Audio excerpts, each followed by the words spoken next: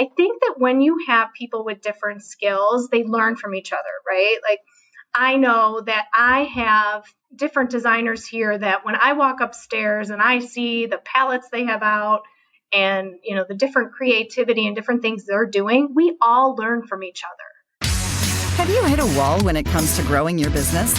Then welcome to the Wingnut Social podcast, helping home professionals and luxury brands accelerate their success with proven marketing strategies and expert industry practices. Now, here's your host, Darla Powell.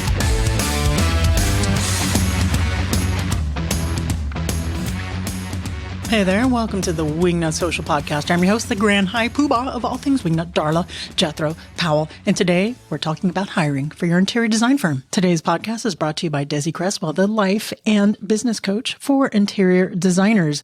Go to DesiCresswell.com to check out her services. And if you're feeling overwhelmed and need help taking control of your day, save hours by downloading her absolutely free daily planner, the Get It Done Daily Planner at DesiCresswell.com/daily planner. That's DesiCresswell.com/daily planner. All information in the show notes at WingnutSocial.com. Today we have guest Colleen Baader of Vertical Interior Design on the show. She's going to talk us through making those hires for your interior design firm. Whether it's your first hire or whether you have hired 1 million interior designers and you're ready to hire 1,000,001, she has some really amazing insights from not only just a practical standpoint on who to hire, how to hire, what you want to look for, how you want to pay them, but also some egotistical, psychological, philosophical ways to look at these hires that I think you're going to find very interesting. So stay tuned for that interview. But first, y'all know what time it is. It's time for mini news sesh. Yeah! Guys, guess what? On Instagram, this isn't really news so much as it is a feature that you guys might not be familiar with. Do you know that you can filter out comments from the haters? Because haters are going to hate. Did you know that? Well, let me show you how to do that. And all this will be in the show notes as well. Okay, so the first thing you want to do is go to your account. And in the upper right-hand corner, there's 3 little hash marks. We call that the hamburger in the industry. Click on that. Then you're going to click on the menu that pops up. You're going to click on settings. And then you're going to see your options there. You want to check privacy. So once you check privacy, you're going to see the new menu there. It's going to say interactions, comments, tags, mentions. Click on comments. And you'll see it says allow comments from everyone, allow block comments from X, Y, Z. You can block people there. But also below that, it'll say filters. And there's a little toggle there that says hide offensive comments. And there's even a manual filter on there. If you click that, you can choose which words that are trigger words or something. Maybe we've been getting a ton of Bitcoin spam. So I'm going to do that actually. I'm going to go into the manual filter and I'm going to put in Bitcoin because those guys are driving me absolutely up the wall. There you go. And I saved it. So anybody that posts on Wingnut Social to spam Bitcoin is going to go straight to the hot place. And I don't know where this sends them. Wouldn't that be great? Wouldn't it be great as if they commented a Bitcoin spammy thing on there that they just kind of went up in flames because of this that I've shown you here on the mini news sesh? Actually, I guess that wouldn't be so great, but it would be hilarious. That's it. Just a quick tip there to block out the haters, the offensive comments. Again, all of this information will be in the show notes at wingnutsocial.com/podcast. Just go in there and check her out. Mini news sesh. Yeah. All right. So let's get into my interview with Colleen Baader. But first, I got to tell you all about her. Colleen Baader's been an interior designer for 25 years. That's longer than I've been alive. And she's been primarily focusing on commercial design. But 7 years ago, she joined Reiki Office Interiors, a laminate furniture manufacturer, and started Vertical Interior Design. Her focus was on corporate, healthcare, and hospitality design. In 2018, she designed and built her own home. That sounds amazing. I'm going to Montana next week, actually, to scout out places to do just that. And that gave her the itch to start a residential division of Vertical Interior Design. Now, with the pandemic and the growth of residential and the downturn of corporate, she started that division for the fall of 2020. Wingnuts, help me in welcoming Colleen Baader to the Wingnut Social podcast. Hey there, Colleen. Welcome to the Wingnut Social podcast. How the hell are you? I am great. That's great. Oh, Colleen, I'm so happy to have you on the show today. Today, we're going to talk about hiring. And, we have had guests on in the past to give our wingnuts some advice about how to go about hiring for their interior design term. But I don't think I'm pretty sure that we haven't had actually an actual interior designer or an owner on the show to talk about their experiences with hiring and putting together a team. And with the boom now, which is crazy, right? In the interior design industry, a lot of people are hiring. So I think this is going to be very apropos. So before we get in there, tell us a little bit about your background, just very briefly, and then we'll roll into our organic conversation here. Perfect. So I have been an interior designer for about, 27 years. Those first years, you're kind of a baby designer, I'm sure, but always had a passion for design. Initially went into commercial, so healthcare, corporate, hospitality. So have kind of a wide range of design services. In the last 7 years, I've been more of a leader of our design team at our company, Vertical Interior Design. And, now it's about getting the right people on the team. So that's kind of what, I want to talk to your listeners about, maybe be able to help them a little bit with that. Right. So, there are a lot of designers out there, a lot of solopreneurs, a lot of people that have been doing by themselves. And I've talked to quite a few of them that have come into Wingnut for our services. Like, I'm doing it by myself, but I'm getting ready to hire. I'm overwhelmed. We just had Lauren Brown on the show, and she's been hiring like crazy. And I'll be honest, full transparency. When I first started 4 years ago, I hired like 6 months in, and I think I hired too fast. And the person I hired, I made a lot of mistakes for. So let's start off from the very beginning. What is the first thing as interior designers, interior decorators, interior stagers do we need to think about before we even consider putting someone on the payroll? Because that's a huge responsibility and expense. Yeah, obviously we need to make sure we've got the workflow for everyone. But for us and our team, I try to look at where are our strengths, because we have 8 interior designers. Where are our strengths and where am I seeing maybe some weaknesses? And we try to target that, because weakness, I don't mean in a bad way. It's just that we have different skills. So might be construction management. That's kind of one of, I think, some interior designers, some of my extremely talented creative designers don't like that type of work, the construction management piece of it. So that's currently what we're trying to find, is some construction management help. Why do you think they don't like it? What is it about that they don't like? And what kind of person do you look for that? So we also have this survey that we send out. So if we have an applicant, and we'll put out an ad for it, it's called the Culture Index. I'm not sure if you've ever heard of that, but what it does, it's probably like 50 questions, and it's really your natural personality, your tendencies. If you are like detailed, or if you are visionary, or if you are organizational, and it puts you in this, it puts these dots and helps us know, okay, right now I need a really detailed person. So some of my extremely creative people, they can do the detail, but it wears them down. By the end of the day, they're exhausted. Where if they were working 100% creative for 8 hours, they leave on a high. So I'm always trying to get people in the right role so that they aren't burnt out at the end of the day. Because I know if I'm working on the detail all day long, I leave here exhausted. That's me. That is 100% me. For sure. I'm more the creative. If I have to do like the nitty gritty and the emails and the logistics and stuff like that, I leave like wanting to kill myself. Right. No, exactly. That's how I feel too. And actually, the owner of our company is the one that really brought this and has driven this culture index into our culture here. And this is how we hire. We want people to be in a role here that they will be successful in and, find joy in, not just a job. So we start with that survey. We know what we're looking for, obviously. If I'm looking for a very creative person, then I'm going to create the dots so that I know what I'm looking for. And then once we find, let's say, a few individuals, we actually bring them in. Non-COVID times, maybe you wouldn't, but we bring them in and we have them test us out for half a day. We say, we're going to pay you to come work with our team. Mm-hmm. We want you to see what it's like to work at our company. And we want you to basically interview us as much as we're interviewing you. because the amount of effort you put into a new employee is a lot. It's a lot of money. It's a lot of time. And you don't want someone to leave in 6 months. Do you think one day is enough? Would you ever consider like 2 days? They can get an idea of what our culture is here, and they can get idea of the work and the environment.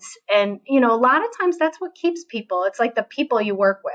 Our staff is pretty, they're boisterous. They're going to say it as it is, and I want them to. I always tell them, let them know what it's going to be like working with you guys, and, throw everything at them so they can tell, do they really want, is this what they're looking for?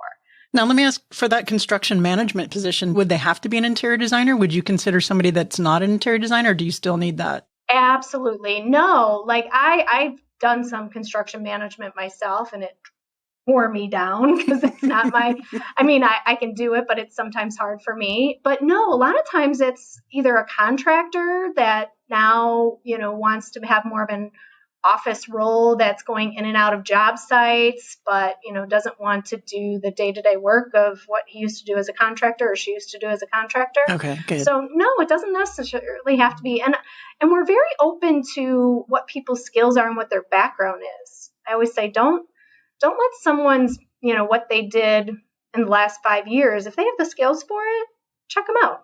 And another thing, I think as human beings, we are very prone to hiring people who jive with us, who are exactly like us, who have our same skills, because we see that commonality in there. So how do we break away from that and say, okay, no, this person has the exact opposite skills, but that is a need. That's exactly, what I have. How is it like if you have the Wingnuts listening right now who are thinking, geez, I need to hire and I don't even really need to start.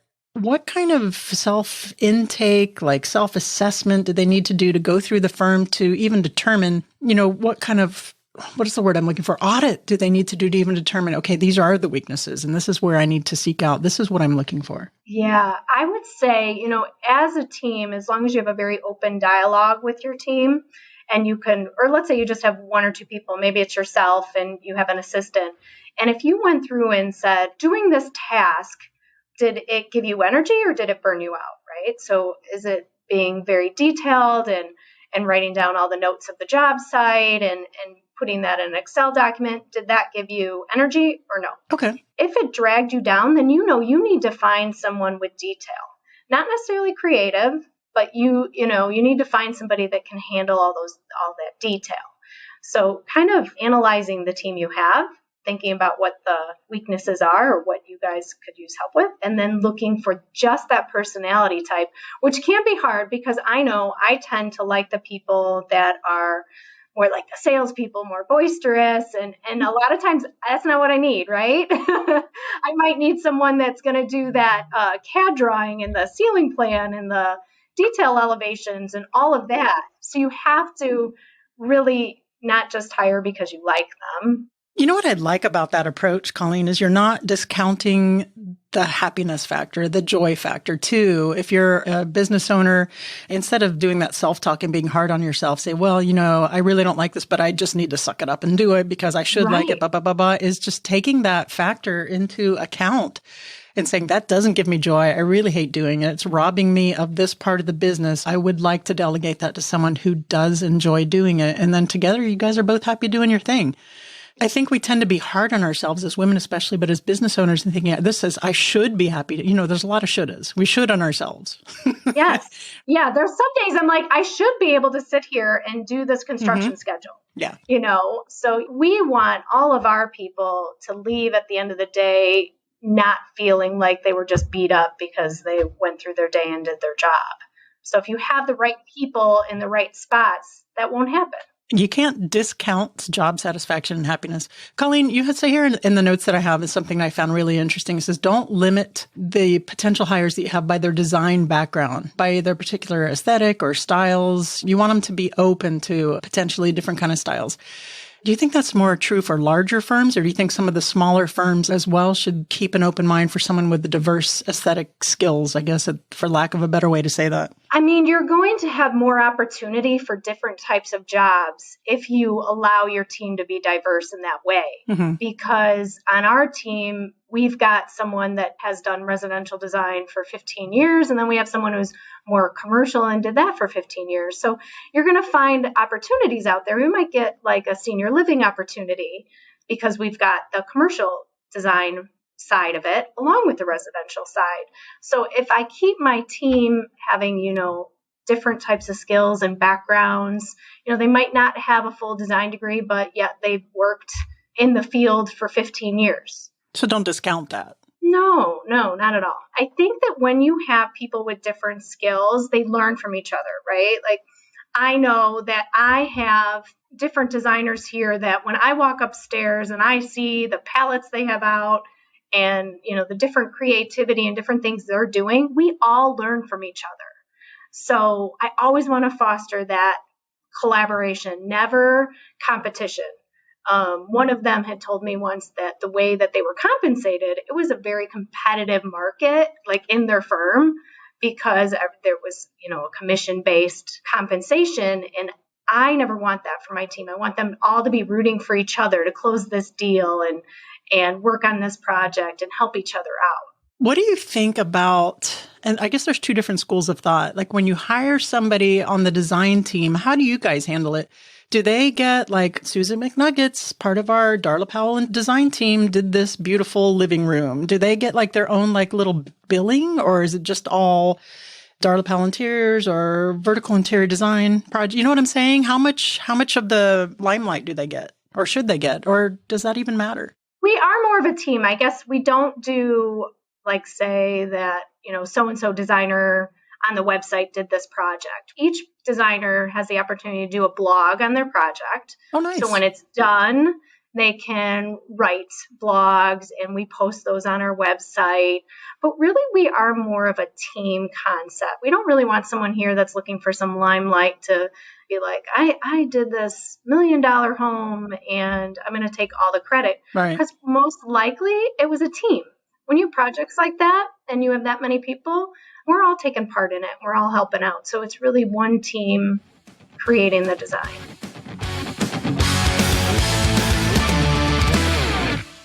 And now a word from our sponsor, Desi Cresswell, the life and business coach for interior designers. Desi, I'm a horrible procrastinator. I will put things off until the very last minute, of which you've experienced personally. How will your Get It Done daily planner cure me of this disease? The daily planner really helps you make decisions ahead of time and really define what results you want to create in your business.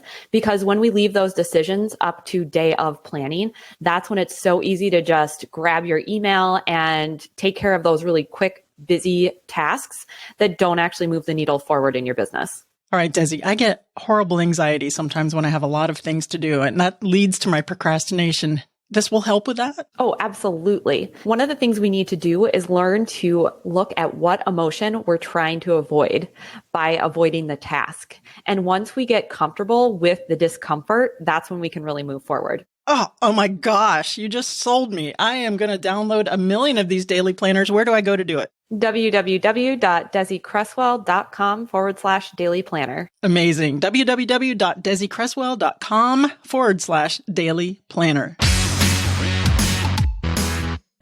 Well, also that's different too, because for a vertical interior design, it's not named after somebody in particular. So that makes it easier to have a team thing. I'm guessing if you are the face of the design firm, it gets a little trickier. I know for me, I just went ahead and said, no, you're designing the space here. You get billing in the space on the blogs. That was just my personal call. But I think what that was, what I had to think about. And this is another thing that you have to think about with hiring. Another thing to take into account is scale.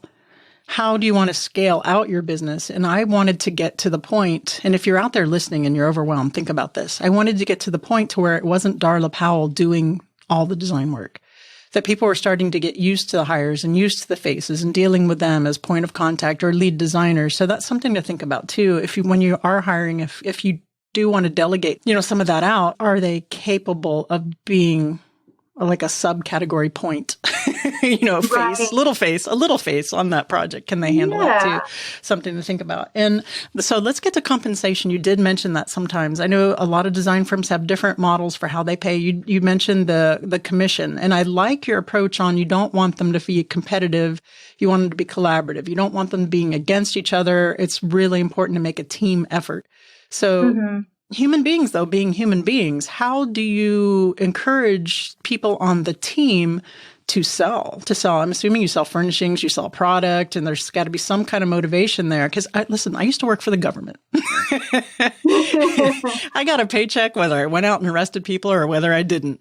So, I think it's human nature to just kind of coast sometimes. So what kind of things do you do internally to help motivate them to produce in that way? Because that is a thing. Yeah. So our designers are on salary, and then we do have like different incentive programs for them throughout the year, based on their sales of their product. So when I first came in, they were on a different program where it was more of a very small base, and then they got bonuses and things as projects were successful. And from what I heard, that was a struggle because they'd be pointing figures. Oh, you ordered that wrong, or that went wrong, and that's not me. It was, this company or that. And that really was a struggle for me. So I wanted it to be more of a cohesive, everybody gets a really nice salary, and we'll have some incentives along the way. And honestly, it's taken a lot of pressure off of them. I think they're very happy with the way that this package is, their compensation is, and they can do their job and know that they're getting a great paycheck and get some, fun incentives along the way. And, that seems to have worked for us. So there still is some little bonus. That's good. That's, I also, back in the day before I was a cop, I used to sell cars. I sold Saturns. Do you remember those? I remember those. It was called a spot. If someone came in for the first time and you sold them a car on that first visit, it was called, you spotted them. And then there would be a whole bunch of envelopes taped to the wall with $100 bills or whatever, and you would pull from one and then you would win it. Oh, that's so fun. That was fun. Okay. What do you think about when you're hiring your first employees? I know you guys are hired 1 billion by now, but some of the people listening that are just thinking about this, doing a 1099 situation where they're a contract employee for a while, trying them out versus putting them on full payroll, doing taxes and all that. Is there any one advantage to one over the other? So actually, we're doing that right now because with this growth spurt, we just brought in 3 contract employees that we're kind of testing out in that same way because we're not really ready yet to hire more staff, but we want to have the availability to send out another designer if we needed to. So I think it's a great way to test people out. It's more than that day that we normally offer our, employees that are going to hire full time. And it helps us while we see how this roller coaster ride is going to go for the next 6 months. If it keeps going, then great, we'll hire you all back in. Yeah. But you don't know, right? It's been such a weird year. That was super smart too, because this could be, hope it isn't, because this could be a bubble. It could be a bubble. And then if you're over hiring, instead of putting people on a wait list, then, your clients, I think there's a fine balance there to be considered. And if I have had some clients say, I'm so busy, I'm getting a lot of referrals, but I want to juice up my pipeline with my social for when this bubble, quote unquote, pops. Yeah. And it's hard. You don't want to turn down work, no. Especially really great work. Mm-hmm. So you want to have the capability to do it without totally stressing out your current staff. So this 1099 is right now what we're working on, and it seems to be working for us. Yeah, I like that. It mitigates having to pay state taxes, insurance, whatever it is you offer. And, of course, they have to pay a little bit more on their end. But I think it's a win-win for both of you because it not only protects them, maybe they hate working with Darla Palantir's. It protects you guys. So another thing that you said in the pre-show, the interview and the notes that I have here is that, and I think this is so important, is to set your ego aside and don't be afraid of hiring someone who is more talented than you, smarter than you. Case in point, listen, I'm okay. I have a little bit of smarts, but my team at Wingnut, they have master's degrees in marketing. They're so much more smarter, so much more educated, so much better talkers, than I think that's super important. So talk to me a little bit about that, setting that ego aside and how that can help. I think that's really easy for what I've heard is that it's easy for an owner to kind of feel a little scared to hire somebody that's better than them. But I was lucky enough to work for a woman that never felt that way. She always said, let's hire the smartest people and just get out of their way. So that's what we've done here. And I love it now because, I'm not as good at CAD skills and my elevations and all that. And like I said, then my skills can be used in the way that is best. So let that talent run and let them be creative. And, their computer skills are much better than mine now that I've been in the industry, 20 something years. So yeah, I think it's important to just push that ego down. And anytime I'm at a client meeting and one of my designers is there and someone comes up to me and thinks that I designed this, I say, oh no, that was my team. That's the creativity of this team here. I'm just, the salesperson here and, leading them, but it's my team that's doing all this work. I do the same. I had a consultation the other day with someone who wants to sign up for a social media strategy. And they're like, okay, well, will we be working with you? And how much of that will be, us working with you? And I'm like, oh, honey, no. And this is good. Let me tell you why. Because listen, although I know how to do a strategy, I have conceptualized, I even have my Wingnut Social Premium with the first 5 episodes is how to do a strategy. You do not want me pen to paper making that for you. Yeah. This is why I have my team to do that for you. And trust me when I tell you. Yeah, you're bet. Yeah. And I try to tell my clients, and a lot of times I'll try to bring the designers with me on that first call that I feel like we're really going to engage with them. So it's not like I'm just tossing them off. But I say, you're going to be much happier with her doing your project than me. That's what I did with Darla Palantiers, which since, now is Darla Powell home because I'm focusing everything on Wingnut. But that's what I would say. They were like, well, do we get to work with Darla? Do we get to do this? And it would be, well, she's got other projects. She's doing Wingnut. And I would say, trust me, she's super talented or he's super talented. You're in excellent hands. And that was actually really strangely easy. I was like, wait a minute. I know, you feel a little nervous at first, like they're going to be like, but I want to work with you. And you're like, no, you don't really. No, you do. Colleen, let me ask you, is there anything that we've forgotten to talk about or anything that I forgot to ask you that you think that the audience needs to hear before we get into the What Up Wingnut round? I don't think so. Oh, I know one other quick thing I want to talk about is just offering your team development opportunities. Oh, okay. We're outside Chicago. And so we have the merchandise mart, and a lot of times in the merchandise mart, it's a day trip for your team. And a lot of times they'll be like, I can't take that time to do it. It's a day out of my, work day. But when they do, my team recently went down to one and they're now opening up those types of things. They came back inspired. Like you get your creativity back, right? When you allow them to just get away, do some development for the day, and it was great team building. So allow that too, because I think that just strengthens your team. Yeah, that's fun. Yeah, right. So don't be such a hard ass when you have someone. Don't think, they have to put in, 40 hours of sitting behind the desk doing design work. Yeah. That is super important. We used to, as a team, go to Kips Bay. Now it's in West Palm Beach every year and go to the show, the show house and go through and look at it just a whole day, go get lunch or just things like that, or go to High Point and travel. Yeah. And I would just let my team go look and see what vendors suit the projects we have. Catch you later. I'm going to go do this panel over here. Yes. Really, I think doing that every few months, we need to get better at it. I know they recently did it and they just came back all kind of recharged. And I think continuing that. Yeah, well, it's a creative industry. It's super important to let them, like you said, hire the best, let them shine. And that is part of it. Yeah. That's part of the process of creatives, really. Now, the nerds can just stay at the computers. Yeah. Us creatives need to get out. Oh, yeah, we really do. All right. So now I have to ask you, Colleen, are you ready for the What Up Wingnut round? I am. Now it's time for What Up Wingnut. What would the hashtag on your tombstone be? It would be loved life. I love it. You're stuck on a deserted island and can have only one favorite food. What is it? Guacamole.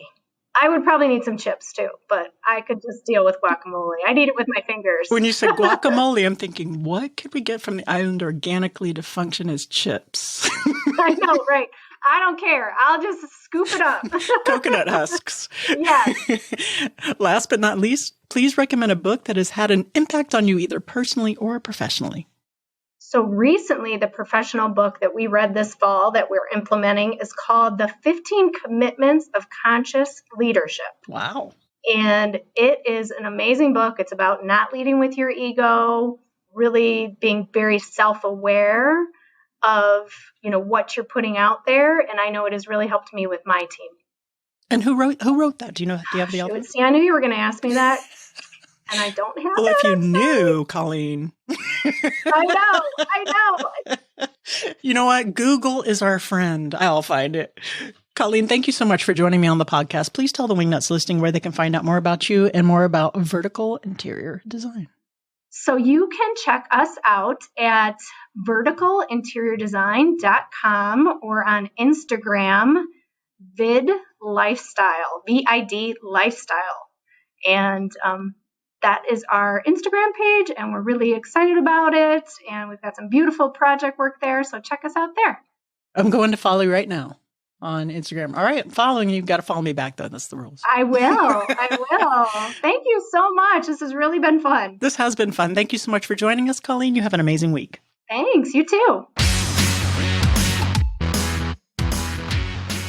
All right. Well, I have to tell you, that was a mistake that I made in hiring my first employees for any of the businesses. I just straight up made them employees. 1099ing in hindsight, I think would have solved a lot of problems. We did go through a couple that were just maybe not a good fit, and I ended up paying extra taxes, extra so-and-so.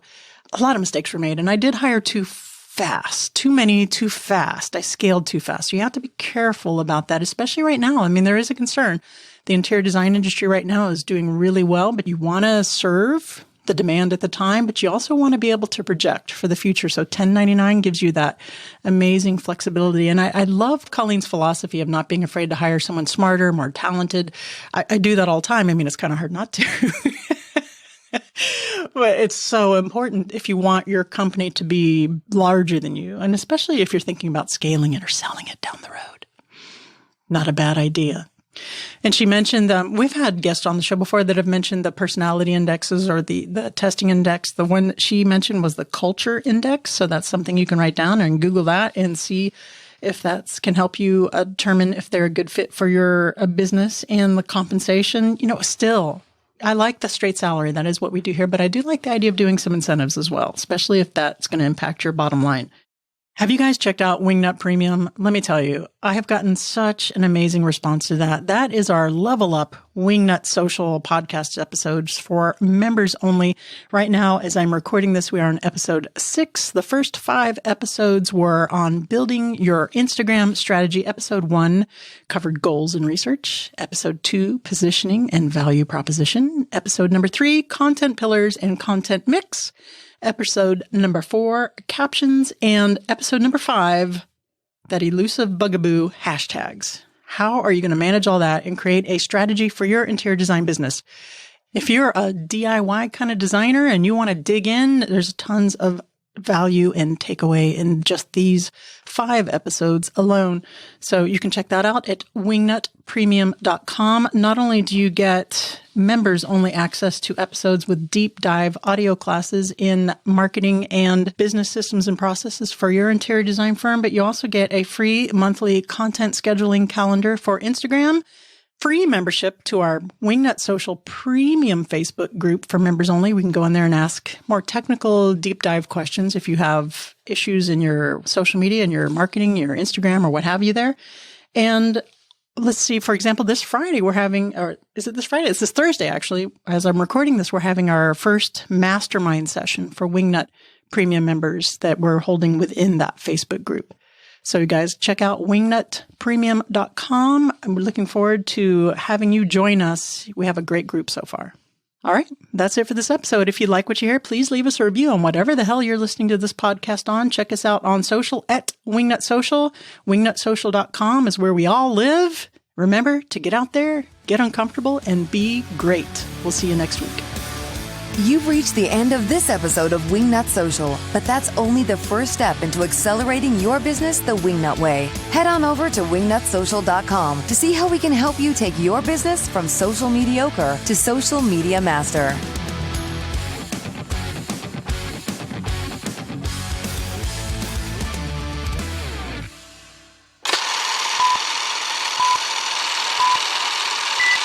My dogs are barking. And that doesn't mean my feet hurt. That means my literal dogs. No clue what I was going to say. No freaking clue what I was going to say. I remembered what I had to say. I'm telling you, menopause is my memory is terrible. Have you guys checked out Wingnut in your butt?